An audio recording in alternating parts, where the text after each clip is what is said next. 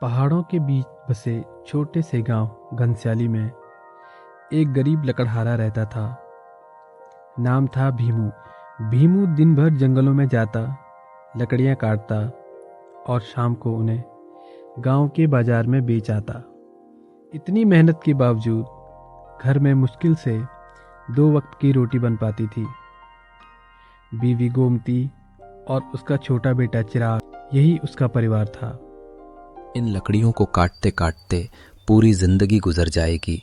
न जाने कब किस्मत बदलेगी और मैं अपने परिवार को भरपेट खाना खिला सकूंगा। काश कोई चमत्कार हो जाए और मेरा परिवार सुखी हो जाए। हर रोज इतनी मेहनत करते हो भीमू, पर घर में अब भी खाली हांडी बचती है। कभी अपनी किस्मत भी आजमाओ ना। मेहनत ही तो किस्मत है गोमती। लकड़हारे की कुल्हाड़ी से ही भगवान भी रोटियां देता है। रोज की तरह भीमू फिर जंगल में लकड़ियां काटने जाता है। लेकिन उस दिन जंगल में कुछ अजीब हुआ। जब भीमू पेड़ काटने गया तो उसकी नज़र एक पुराने विशाल देवदार पर पड़ी। पेड़ पर निशान था, जैसे किसी ने पहले भी काटने की कोशिश की हो पर छोड़ा हुआ हो। इससे तो कई दिन की लकड़ी निकल जाएगी।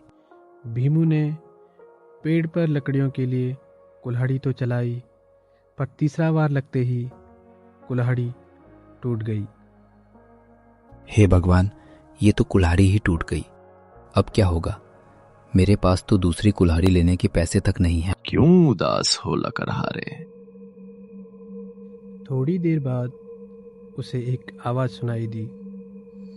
भीमू ने देखा, एक बूढ़ा साधु खड़ा था, सफेद दाढ़ी और चमकती आंखें। तेरी मेहनत सच्ची है, पर तेरी किस्मत अधूरी।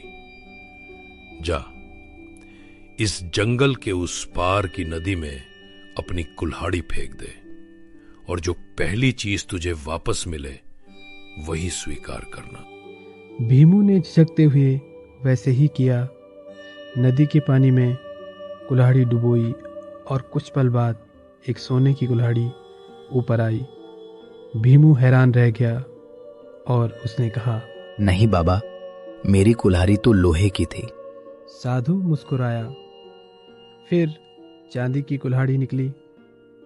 भीमू ने फिर मना किया। तीसरी बार साधु ने उसकी पुरानी टूटी हुई कुल्हाड़ी दी। भीमू ने उसे तुरंत पहचान लिया और बोला, बाबा, आप या तो देवता हैं या एक चमत्कारी पुरुष, पर ना ये सोने की कुल्हाड़ी मेरी है और ना ही चांदी की मेरी कुल्हाड़ी, तो ये लोहे की ही है। सच्चाई सबसे बड़ी दौलत है लकड़हारे। ये सोने और चांदी की कुल्हाड़ियां भी तेरी हैं क्योंकि तूने लोभ नहीं किया। भीमू सोने चांदी की कुल्हाड़ियां लेकर घर लौटा। गांव में उसकी चर्चा होने लगी। सब कहने लगे कि भीमू पर भगवान की कृपा हुई है। लेकिन कुछ दिन बाद जब वह बाजार गया तो वहां के लालची साहूकारों ने एक चाल चली।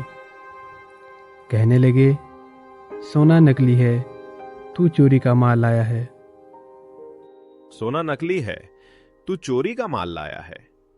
अरे भाइयों, इसे पुलिस के हवाले करो।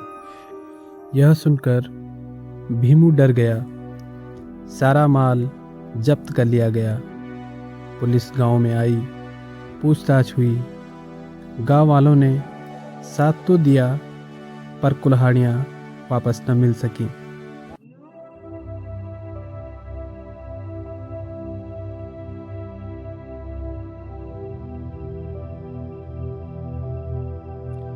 थका हारा भीमू फिर जंगल गया।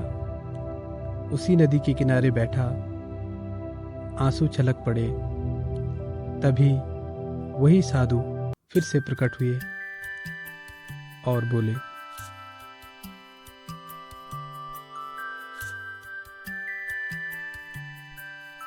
भीमू, तूने सोचा कि सोना खो गया इसलिए तू हारा?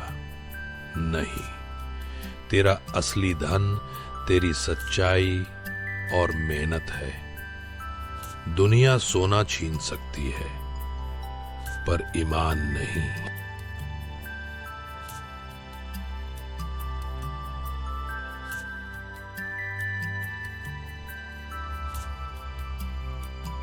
इतना कहकर साधु ने अपना हाथ उसके कंधे पर रखा और अगले ही पल भीमू की टूटी कुल्हाड़ी नई जैसी चमक उठी।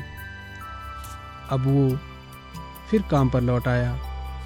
वही जंगल, वही पेड़, वही मेहनत, लेकिन अब चेहरे पर एक शांति थी। उसे समझ आ गया था, किस्मत वो नहीं जो बदल जाए, किस्मत वो है जो सच्चाई के साथ टिके रहे। तो दोस्तों, कहानी का मोरल यह है कि सच्चाई और मेहनत का फल देर से मिलता है, पर जब मिलता है तो मन को अमीर बना देता है। अगर कहानी अच्छी लगी तो लाइक करें, शेयर करें, कमेंट करें और सब्सक्राइब करना ना भूलें। जय हिंद।